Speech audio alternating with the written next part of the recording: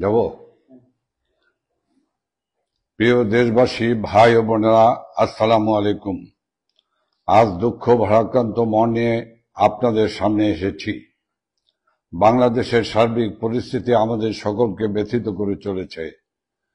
চারপাশের বাতাস ভারী হয়ে উঠেছে। শ্বাসরুদ্ধকর পরিস্থিতিতে দেশের জনগণ হাসপাস করছে। আজ দেশের জনগণের সামনে একটি প্রশ্ন: বাংলাদেশ কোথায় গিয়ে দাঁড়িয়ে আছে? কোন দিকে যাচ্ছে? দেশি বিদেশি ষড়যন্ত্রের মাধ্যমে জননেত্রী, সফল রাষ্ট্রনায়ক শেখ হাসিনার নেতৃত্বে পরিচালিত সরকারের হটানোর মাধ্যমে বাংলাদেশ তার গতিমুখ হারিয়েছে। আর্থ সামাজিক অর্থনৈতিক অগ্রগতিতে আন্তর্জাতিক পরিমণ্ডলে বারংবার প্রশংসিত বাংলাদেশ আজ অস্থিতিশীলতার চোরাবালিতে ডুবে গেছে। আজকের বাংলাদেশের সবকিছুর চেয়ে বোধহয় মানুষের জীবনের দামটাই কম। এটা শুধু শিক্ষার্থীদের আন্দোলনের আড়ালে মেটিকুলাস ডিজাইন করে শিক্ষার্থী ও হাজার হাজার পুলিশ বাহিনীর সদস্যদের হত্যা করে একটি নির্বাচিত গণতান্ত্রিক সরকারকে হটানো হয়। এরপর ডক্টর মোহাম্মদ ইউনূসের নেতৃত্বে একটি গোষ্ঠী অবৈধ ও অসাংবিধানিক ভাবে ক্ষমতা দখল করে। এই অবৈধ দখলদার গোষ্ঠীর প্রত্যক্ষ মদদে একটি খনি গোষ্ঠী ও লুটেরা নির্বিচারে আওয়ামী লীগের নেতাকর্মীদের উপর হামলা চালায়। তাদের বাড়িঘর, ব্যবসা প্রতিষ্ঠানে হামলা, ভাঙচুর, লুটপাট ও অগ্নিসংযোগ চালায়। হাজার হাজার আওয়ামী লীগের নেতাকর্মীদের হত্যা করা হয়। পাশাপাশি রাষ্ট্রযন্ত্রকে ব্যবহার করে বাংলাদেশ আওয়ামী লীগ সহ মুক্তিযুদ্ধের পক্ষ শক্তির প্রগতিশীল মানুষদের উপর অবর্ণনীয় দমন পীড়ন, নিপীড়ন, নির্যাতন চালিয়ে যাচ্ছে।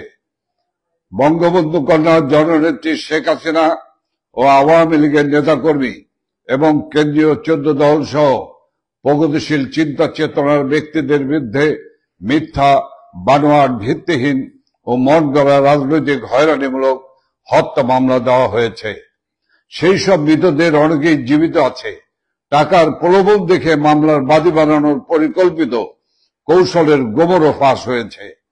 এই অবৈধ দখলদার সরকার রাজনৈতিকভাবে উদ্দেশ্য প্রণোদিত হয়ে প্রহসনমূলক বিচারের মাধ্যমে বঙ্গবন্ধু কন্যা, সফল রাষ্ট্রনায়ক, সফল প্রধানমন্ত্রী শেখ হাসিনাকে যে ফাঁসি দেওয়ার সিদ্ধান্ত নিয়েছে তাও ইতিমধ্যে প্রমাণিত।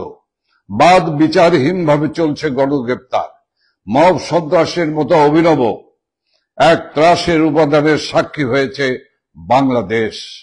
এই অবৈধ দখলদার সরকারের বিরুদ্ধে কেউ কথা বললেই তার উপর অত্যাচারের খড়গ নেমে আসে।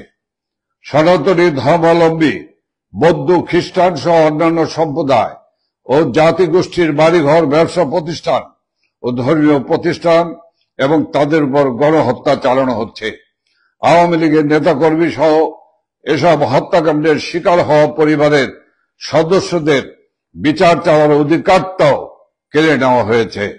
মহান মুক্তিযুদ্ধের মাধ্যমে প্রতিষ্ঠিত বাংলাদেশের বৈচিত্র্যময় ও সমন্বয় সমাজকে ধ্বংস করে সাম্প্রদায়িক সম্প্রীতিকে গভীর সংকটে ফেলে দিয়েছে এই সরকার। বাংলাদেশের অগ্রযাত্রার অভিমুখ বদল করে একাত্মবাদিতা কায়েম করার লক্ষ্যে সাম্প্রদায়িক শক্তিকে পরিপুষ্ট করা হচ্ছে।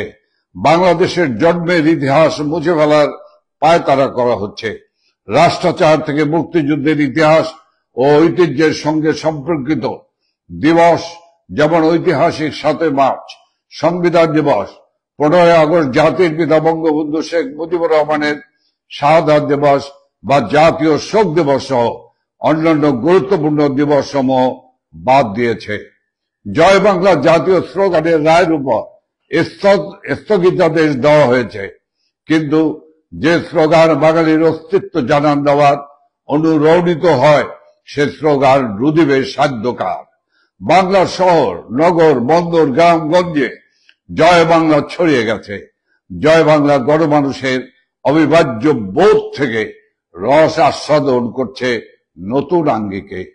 ধন্যবাদ ও কৃতজ্ঞতা জানাই আওয়ামী লীগের নেতাকর্মী এবং মহান মুক্তিযুদ্ধের চেতনায় বিশ্বাসী দেশপ্রেমিক মানুষদের, যারা মৃত্যু ভয়কে উপেক্ষা করে মুক্তিযুদ্ধের আকাঙ্ক্ষার বাংলাদেশ বিনির্মাণের সংগ্রাম চলমান রেখেছে। প্রিয় ভাই ও বন্ধুগণ, আজ বাংলাদেশ গভীর সংকটকাল অতিক্রম করছে। একে তো মানুষের জানমালের নিরাপত্তা নাই, আবার নিত্য প্রয়োজনীয় দ্রব্য সহ সবকিছুর দাম ঊর্ধ্বমুখী। দ্রব্যমূল্যের ঊর্ধ্বগতির ফলে প্রতিনিয়ত দুর্বিষহ হয়ে উঠেছে মানুষের জীবন। বর্তমানে বাংলাদেশে বেঁচে থাকার জন্য সবকিছুতে চড়া মূল্য দিতে হলেও একমাত্র বোধ হয় মূল্যহীন হয়ে পড়েছে মানুষের জীবন। সময়ের সঙ্গে পাল্লা দিয়ে বাড়ে লাশের সংখ্যা। যত্রতত্র ফুলের সুবাস না থাকলেও নাকে ভেসে আসে গলিত অর্ধগলিত লাশের দুর্গন্ধ। এই অবৈধ দখলদার গোষ্ঠী দেশ ধ্বংসের যে সূক্ষ্মোপায় তারা করছে, তার প্রমাণ তাদের প্রতিটি পদক্ষেপ। আন্দোলনের সময় মেটিকুলাস ডিজাইনের অংশ হিসাবে রাষ্ট্রীয় গুরুত্বপূর্ণ স্থাপনার সময়ে অগ্নিসংযোগ ও ধ্বংসযজ্ঞ চালিয়েছিল। তারই অংশ হিসাবে সচিবালয়ের মতো সুরক্ষিত জায়গায় অগ্নিকাণ্ড সংগঠিত করা হয়েছে। সরকারের লাগামহীন স্বেচ্ছাচারিতা ও দুর্নীতির প্রমাণ নিশ্চিহ্ন করতেই এমন নীলনকশা কিনা আমরা জাতির কাছে সেই প্রশ্ন রাখছি। উল্টো এর মধ্যে সরকারের পক্ষ থেকে ষড়যন্ত্র তত্ত্ব আবিষ্কারের অপচেষ্টা করা হচ্ছে। সব জায়গায় আওয়ামী লীগের ভূত দেখার মতো দৃষ্টিভঙ্গি থেকে সরকারের কেউ কেউ আওয়ামী লীগের নেতা কর্মীর উপর দোষ চাপানোর অপতৎপরতা চালাচ্ছে।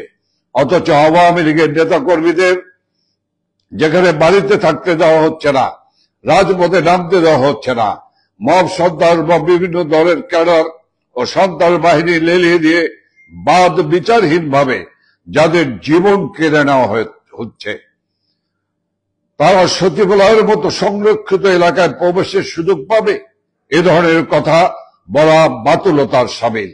সচিবালয় শুধু সিসিটিভি ক্যামেরা না, নাইট ভিশন ক্যামেরাও আছে, তাতে ভিডিও ফুটেজ থাকার কথা। সেই ভিডিও ফুটেজ আমরা জাতির সামনে প্রকাশ করার দাবি জানাচ্ছি। নিরপেক্ষ ও সুষ্ঠু তদন্তের মাধ্যমে এই অগ্নিকাণ্ড সংগঠিত করার সঙ্গে জড়িতদের বিচারের আওতায় আনার দাবি জানাচ্ছি। আজ জনমানসের কথা উঠেছে, যে সরকার জনগণের জানমাল ও সচিবালয়ের মতো গুরুত্বপূর্ণ স্থাপনার নিরাপত্তা দিতে পারে না, সেই সরকারের রাষ্ট্র পরিচালনার নৈতিক বৈধতা নাই। এই সরকারের পদত্যাগ নিয়ে তাই গণদাবি উঠেছে। সেই গণদাবির প্রতি সমর্থন রেখে আমরাও অবৈধ অসাংবিধানিক দখলদার ফ্যাসিস্ট ইউনূস সরকারের পদত্যাগ দাবি করছি। একই সাথে বাংলাদেশ আওয়ামী লীগ সহ মহান মুক্তিযুদ্ধের চেতনায় বিশ্বাসী দেশপ্রেমিক জনগণের প্রতি আবারও ধন্যবাদ ও কৃতজ্ঞতা জানাই, এজন্য যে তারা সকল দিক থেকে বাংলাদেশের জন্য উৎসাহের এই সময় নিজেদের বিবেকের তাড়না থেকে ফ্যাসিস্ট এই সরকারের বিরুদ্ধে সোচ্চার রয়েছেন।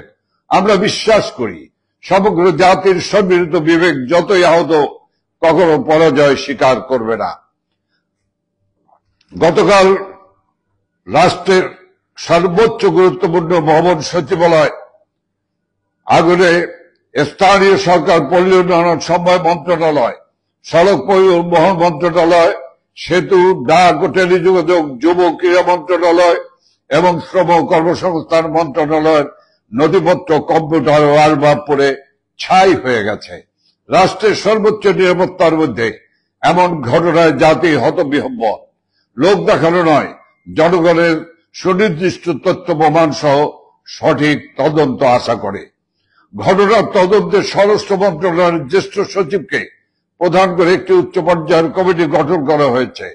কমিটিতে ফায়ার সার্ভিস ও সিভিল ডিফেন্স অধিদপ্তরের প্রধানকে সদস্য সচিব করা হয়েছে। এর আগে মন্ত্রিপরিষদ বিভাগ একজন অতিরিক্ত সচিবের নেতৃত্বে 7 সদস্যের একটি তদন্ত কমিটি গঠন করেছিল। পরে এই কমিটি বাতিল করা হয়। বারবার কমিটি গঠন ও পরিবর্তনকে জনগণ আসল ঘটনা ধামাচাপা দেওয়ার অথবা উদরপিণ্ডি বুদর ঘাড়ে চাপানোর অবস্থা বলে মনে করে।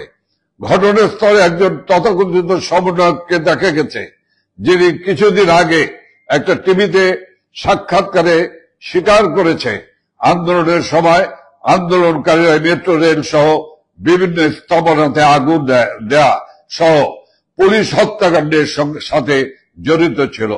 ঘটনাস্থলে এই সমন্বয়কদের উপস্থিতি সন্দেহের উদ্বেগ করে। হয়তো সরকারের প্রচারণায় সমন্বয়করাই এই ঘটনার সাথে যুক্ত। ঘটনাস্থলে একজন উদ্ধার কর্মী ফায়ার ফাইটার ট্রাক চাপায় নিহত হয়েছে। এটা কি হত্যাকাণ্ড? ইনি কি এমন কিছু দেখে ফেলেছিলেন যা ডক্টর ইউনূসের অবৈধ ফ্যাসিস্ট সরকারের জন্য বিব্রতকর ছিল? রাষ্ট্রের সর্বোচ্চ নিরাপত্তার মধ্যে এমন দুর্ঘটনা সরকারের মেটিকুলাস পরিকল্পনা ছাড়া আদৌ কি সম্ভব? চট্টগ্রামের চিন্ময় কৃষ্ণ দাসকে গ্রেপ্তার কেন্দ্র করে আইনজীবী হত্যার মধ্য দিয়ে সরকার মেটিকুলাসলি দেশে সাম্প্রদায়িক উস্কানির মাধ্যমে ফায়দা নেবার চেষ্টা করেছে। বর্তমানে সচিবালয় অগ্নিসংযোগ কি সরকারের টিকে থাকার আরেকটি অপচেষ্টা? কোটা বিরোধী আন্দোলন করে যারা নিজেরাই ছাত্র কোটায় উপদেষ্টা হয়েছে, শুধু তাদের মন্ত্রণালয় কেন আগুন লাগলো? বিষয়টি অবশ্যই নিরপেক্ষ তদন্তের দাবি রাখে। দ্রব্যমূল্যের সীমাহীন ঊর্ধ্বগতি, লোডশেডিং, ডলারের লাগাম ছাড়া দাম, একের পর এক শিল্প কারখানা ও বিভিন্ন প্রতিষ্ঠান বন্ধে বেকারত্বের কারণে জনগণের যে অসহায়ত্ব, সরকারের সেসব বিষয়ে কোনো নজর নেই। সংস্কার নামে দেশ থেকে বঙ্গবন্ধু, মুক্তিযুদ্ধের চেতনা ও আওয়ামী লীগকে নিশ্চিহ্ন করতে ব্যস্ত। বঙ্গবন্ধু আওয়ামী লীগের নেতৃত্বে এই বাংলাদেশ মুক্তিযোদ্ধাদের আত্মত্যাগের বিনিময়ে গঠিত হয়েছে। এদেশে মুক্তিযুদ্ধের চেতনা কেউ মুছে ফেলতে পারবে না। বৃথা চেষ্টা না করে জনদুর্ভোগ কমান, জনগণের যানবাহনের নিরাপত্তা নিশ্চিত করুন। হাজার হাজার পুলিশ সদস্য হত্যাকাণ্ডের সুষ্ঠু বিচার নিশ্চিতে স্বাধীন নিরপেক্ষ বিজ্ঞ ব্যক্তিবর্গের সমন্বয়ে একটি উচ্চ ক্ষমতা সম্পন্ন ট্রাইব্যুনাল গঠন করতে হবে। পুলিশ, আওয়ামী লীগের নেতাকর্মী ও সংখ্যালঘু সম্প্রদায়ের মানুষদের হত্যাকারীদের বিচার না করার জন্য আইন করে যে ইন্ডিমিনিটি দেওয়া হয়েছে সেটা বাতিল করতে হবে। যেখানে সেখানে মবের মাধ্যমে আইন শৃঙ্খলা রক্ষাকারী বাহিনীর উপস্থিতিতে ও সহযোগিতায় আওয়ামী লীগের নেতা কর্মীদের ও সংখ্যালঘু সম্প্রদায়ের মানুষদের যে হত্যার সংস্কৃতি ফ্যাসিস্ট সরকার চালু করেছে তা বন্ধ করে তার বিচার করতে হবে। ছাত্রলীগের অসংখ্য নেতা কর্মীদের শিক্ষা জীবন আজ বিপন্ন, তারা শিক্ষা প্রতিষ্ঠানে যেতে পারছে না। ছাত্রলীগ করার অপরাধে তাদের শিক্ষা জীবনের মূল পরীক্ষা অংশগ্রহণ করতে দেওয়া হচ্ছে না। শুধু ছাত্রলীগ করার কারণে তাদের শিক্ষা প্রতিষ্ঠান থেকে বের করে দেওয়া হচ্ছে। এগুলো মানবাধিকারের সুস্পষ্ট লঙ্ঘন। এসব বন্ধ করতে হবে।